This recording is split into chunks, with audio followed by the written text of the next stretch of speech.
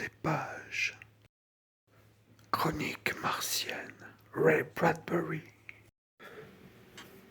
Février 1999, Ils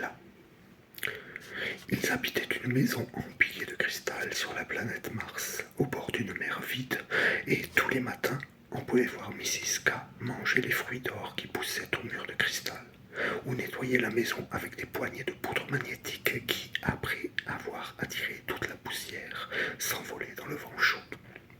L'après-midi, quand la mer fossile était chaude et inerte, les arbres à vin immobiles dans la cour, la lointaine petite ville martienne refermée sur elle-même et nul habitant ne mettant le nez dehors, on voyait Mr. K lui-même, dans sa chambre, lire un livre de métal aux hiéroglyphes saillants qu'il effleurait de la main comme on joue d'une harpe.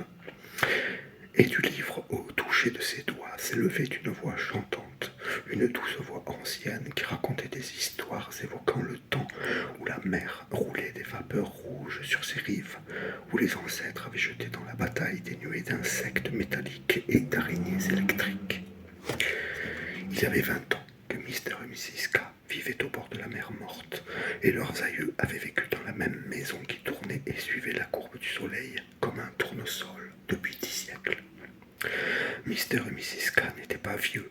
Ils avaient la belle peau bronzée, les yeux comme des pièces d'or, et la voix douce et musicale des vrais martiens.